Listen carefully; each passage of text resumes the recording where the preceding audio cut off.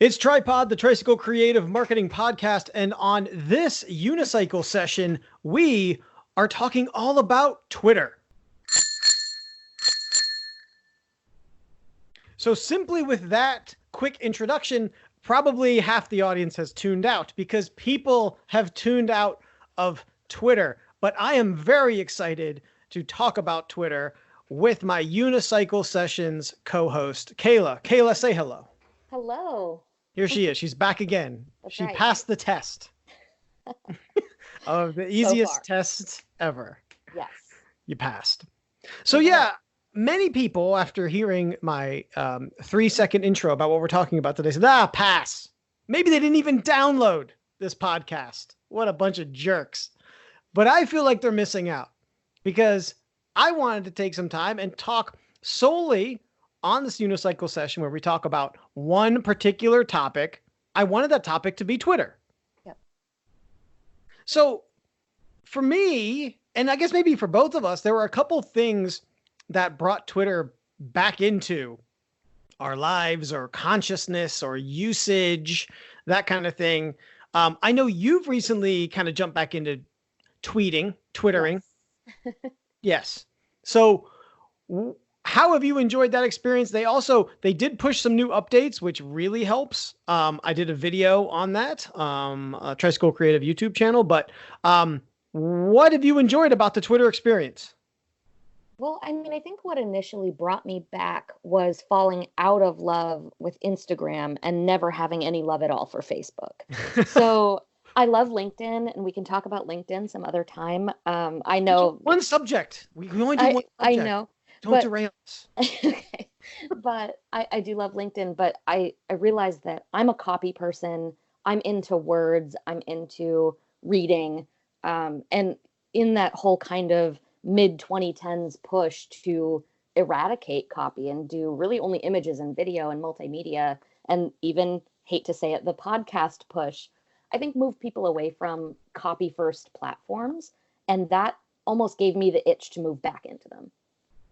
I, conversely, am really into GIFs. And Yeah. Twitter is really a platform that supports GIFs. I think, I've said it before, I think I could get through my work and my personal life only communicating through GIFs. That might be like a challenge for me in 2020 or at some point, just to see if I can get through a week only communicating with GIFs. I think it's possible. Does that include at home as well? Because At I don't home know, as well. I don't know if your dogs will listen to that That is, of command. well, to be fair, she doesn't listen to me anyways. So it's Okay. kind of that's a wash. That's Right, totally. even, I'm coming out even. And one could argue if my wife, not so much she doesn't listen, but like what I say is not as important. So I feel like that again is kind of a wash. So it's really just if I could pull it off on the business capacity. And I think I could. Yeah. Those strategy meetings might be tricky, but there's a lot of gifts out there. So, so there were really kind of a handful of stories that brought me back into Twitter. The biggest one being their decision to ban political ads. Absolutely. Yes. I mean,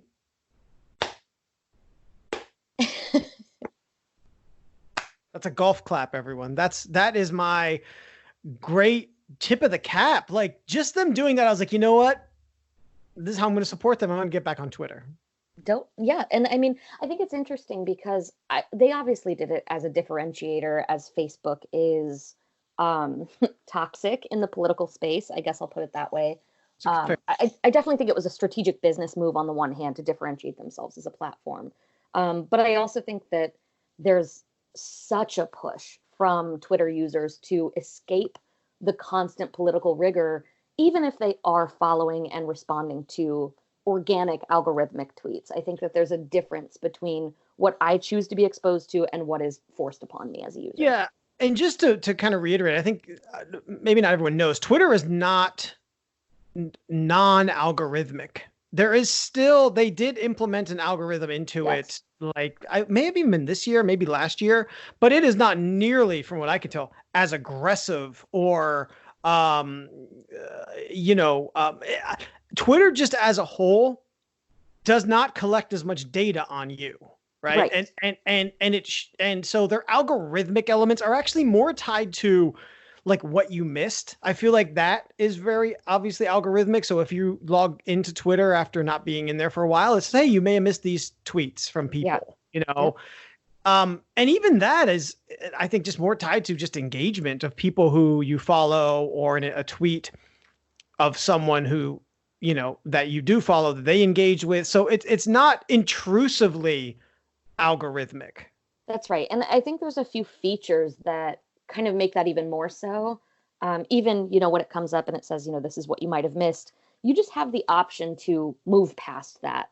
Yeah. You have the option to organize your feed by most recent or most, relevant, so to speak, Yeah. or, Yeah. Yeah. those kind of options. And then I think also, I don't use this feature, but I'm thinking about paying more attention to it again in 2020, which is building lists or bookmarking tweets and those kind of That's what I features said. that also allow us to access what we want.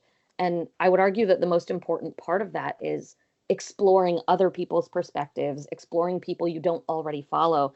If we're overly algorithmic in what we're exposed to, we will never be expanding our horizons.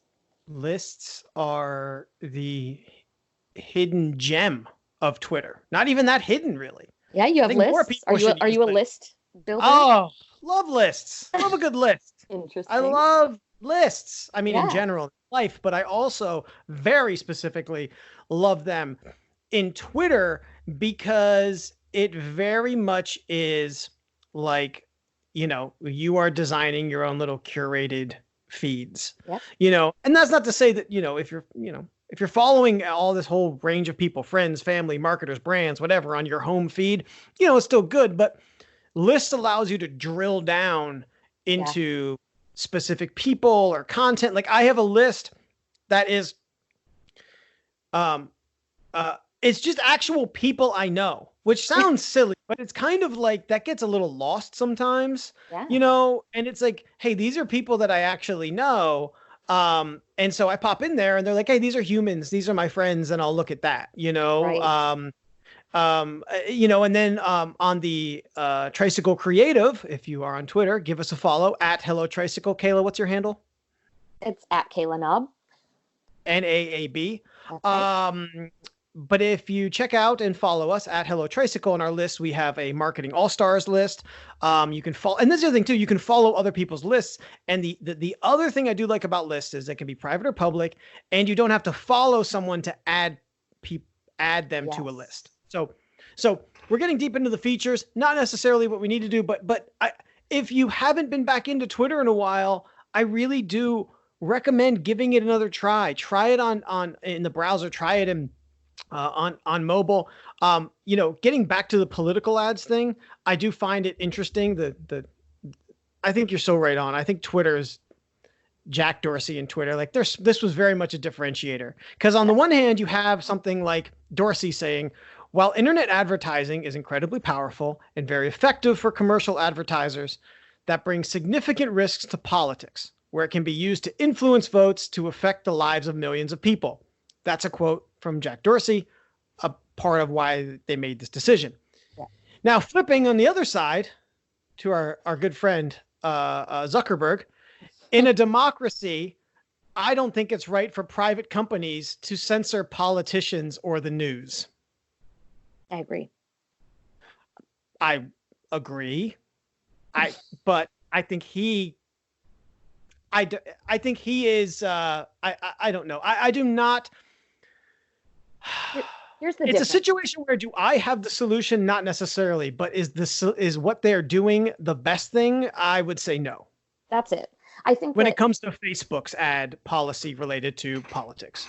that's me. I don't think that taking off political ads is a censorship issue. Twitter is explicitly not censoring organic content for politics. So Yeah. I agree. I don't think that, especially America the way it is, freedom of speech, obviously I'm still for those things. I think that the biggest and most important thing is that forced exposure, and especially exposure for gain, is going to twist the arm of these platforms. So, whoever has the most money is going to get the most reach. And these platforms are businesses. I think we sometimes Yeah. think of them as though Facebook is the press or Twitter is the press. They're not. They're not actually media. They're businesses. It's different. And because of that, I mean, It's no different than being able to take out a political ad paid in a newspaper or in, a TV commercial. I think that those things need to be controlled. But there are places for those things to go. We can inform ourselves on all of these candidates and they can communicate with us. And I don't Well, think that's censored at all. it does drive me crazy though when people are like, they get. We've been seeing this a lot in this past year on YouTube, specifically accounts getting booted, Yep. for hate speech and things like that. And it's like, oh, I'm being, censored. Now I know that getting into the like hate speech doesn't fall into that, but even if just for like, oh, because I have this particular view, and what people have to be reminded of, like, these are their playgrounds. These are their business. You are communicating in a business's environment, a business's playground. This is not, you are not being censored from going out and speaking your opinion. No. But in the context of this playground, you can't do those things. And guess what? Those laws, those rules are set by the owner of the playground. And in this case, that's Facebook. And in this case, it's Twitter and YouTube. I think that's what's unfair, is that someone using the platform properly can be abused by, an onslaught of people's opinions, perfectly fair opinions for those people to articulate. But that person's an innocent person who's just getting bombarded with those comments and those messages and those DMs.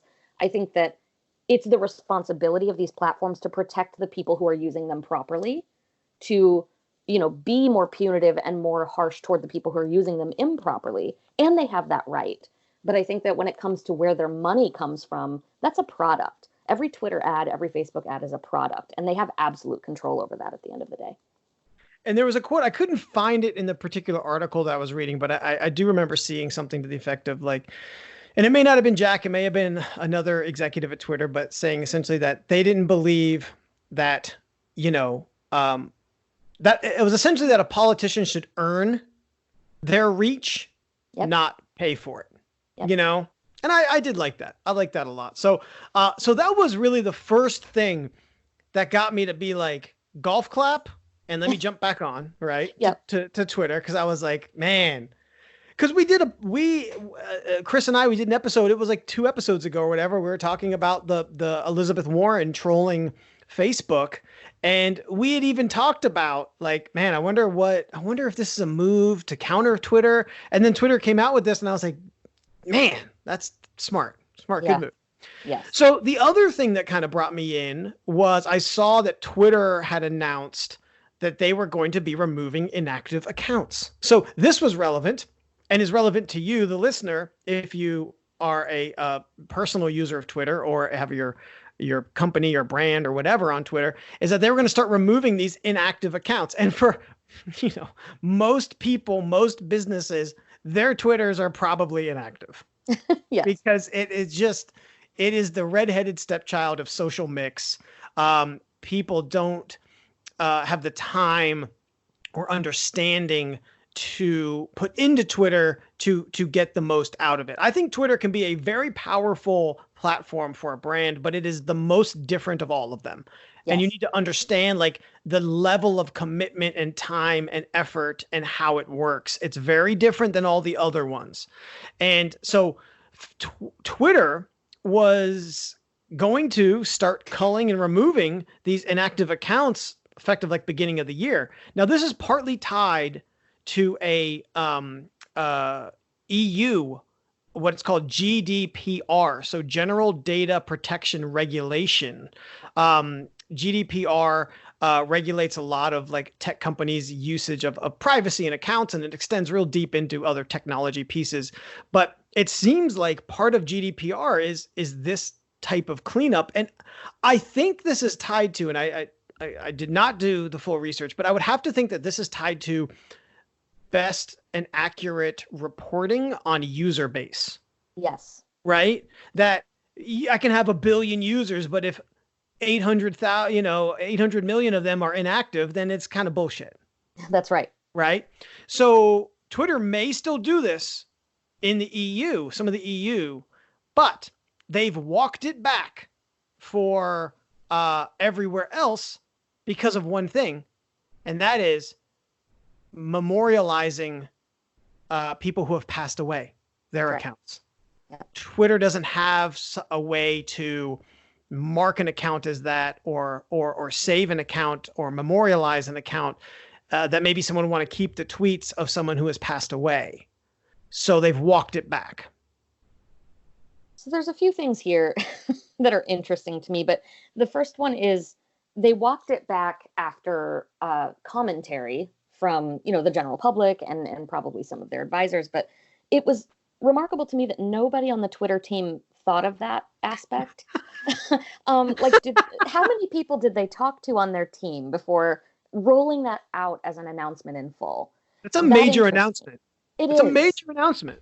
It is, and to me, that's a very obvious correlation. And maybe it wasn't for them, and that's I'm not here to critique, but I'm here to ask questions. I brought you here literally to critique. This is the critique. Oh, I know, but and I think that's fair to ask. You know, do you have a process? How many people on your team did you talk to about this? But what's also interesting is, as much as I think it's GDPR motivated, as much as I think that it is to clean up a user base and all of those things, I also think it could be a little bit of a ploy for Twitter to be like, come back if you want to keep all of your old good stuff, you know, and that kind of thing. Okay. Too, yeah. That's smart. I mean, to be fair, this wasn't the main thing that brought me, and my account was not near being inactive. Sure. But, and just their range, just so you were like, that's inactive for 6 months. That's what their range was. So if you have nothing in 6 months, that's what they kind of classify internally as an inactive account. I do find that interesting because I guess maybe I attach to that kind of a, I don't know, like my perspective on followers or even like newsletter email subscribers, where it's kind of like when people unsubscribe, I don't get that upset about it because I'm like, it's okay. Like, okay, I'm not relevant to you anymore. You're not interested in this anymore. That's fine. Like, I don't want to market. I wouldn't want to be talked to about something I'm not interested in. Right. Nope. So I'm okay with it. So maybe, and I say that because maybe this applies to, it's like, listen, like, are you kind of going to use Twitter or are you not going to use Twitter? Because if you're not, there's also something to be said that, and this is for anyone listening out there that's been trying to get some username or user handle and someone else has it. A lot of those handles will become free up whenever they, I mean, even when they do this in EU, you know, there could be user handles that become available. Yeah. And I think the fascinating kind of like two-part thing to that is the benefits for users.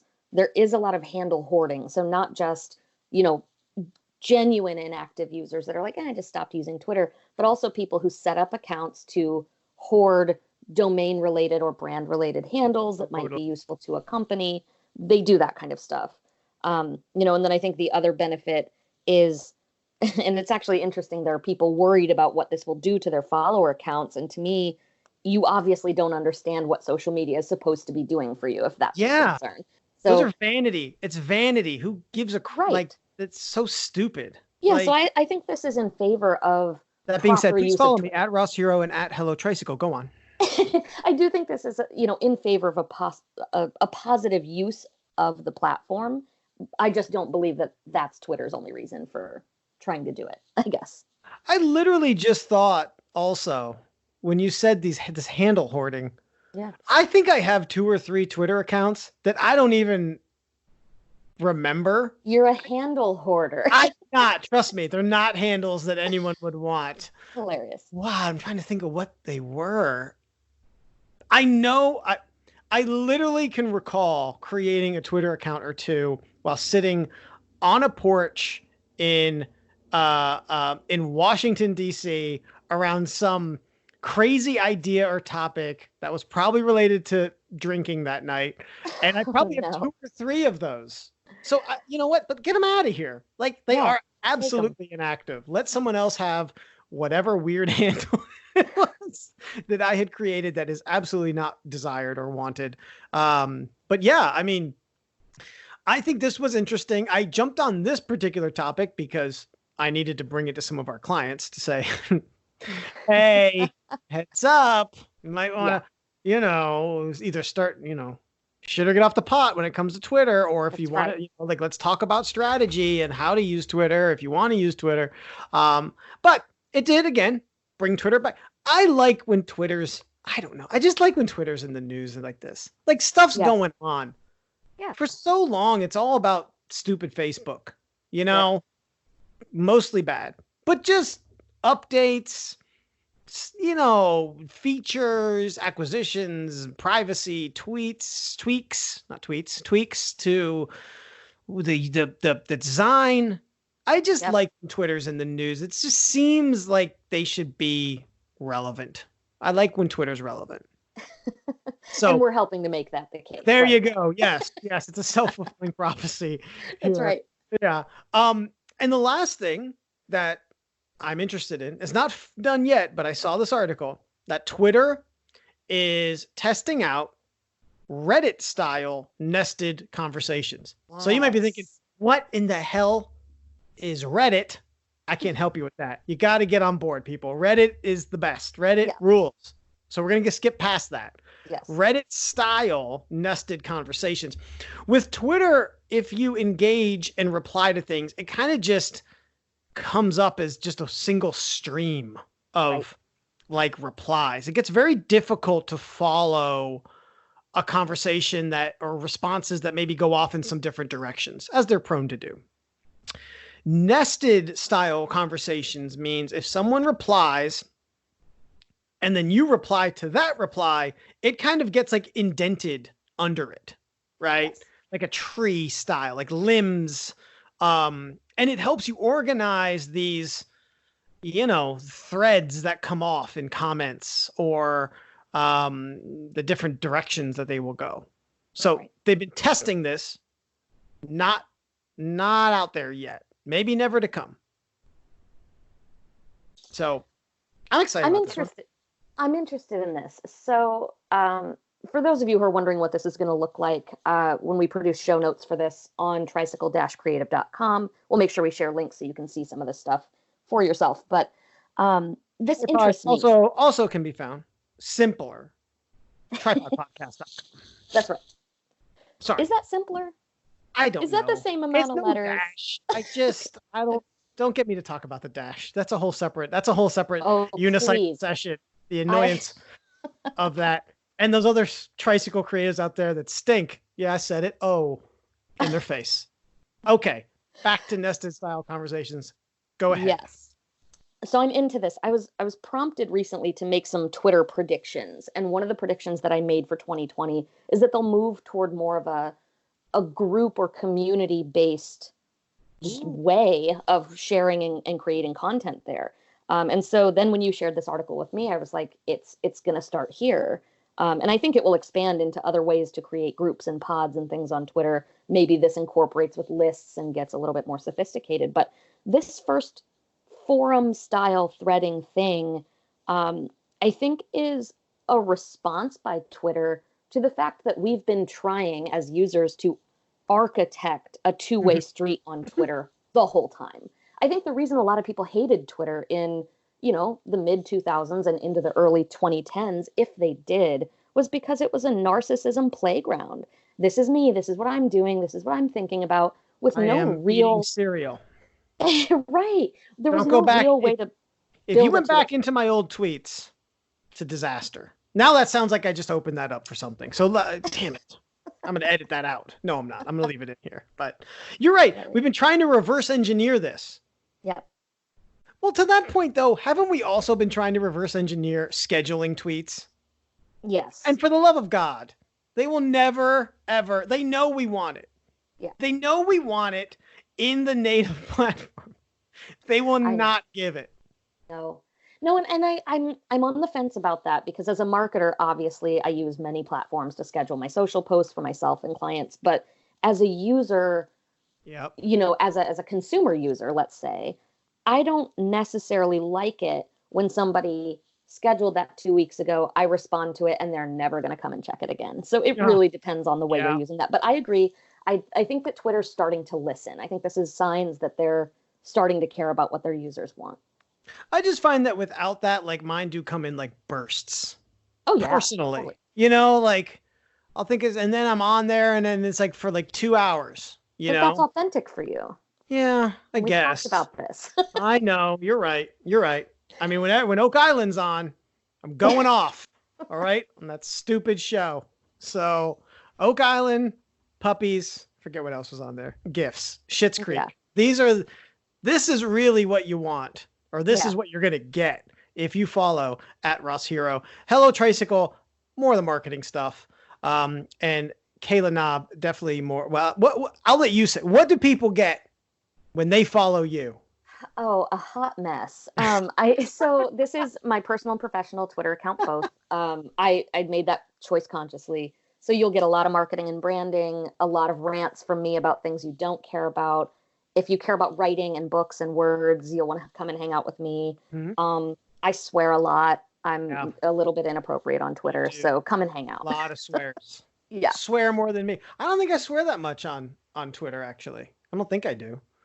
That's authentic for me, though. Good advice from someone I talked to a couple episodes ago about branding and authenticity. If you haven't checked that out, shame on you. You've got through this whole episode about Twitter, and you haven't checked out our last unicycle session where Kayla and I talk about branding and authenticity.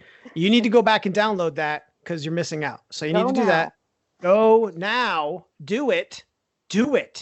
And subscribe. Also, if this is your first foray in the Tripod Podcast, I would love it if you subscribed. Subscribe, rate, comment, like, do all the things that a podcast listener would do when you like or want to get more from a show. I will be joined in probably the next episode by my other co-host, Chris Slezak. We have not forgotten about Chris. All right. No way.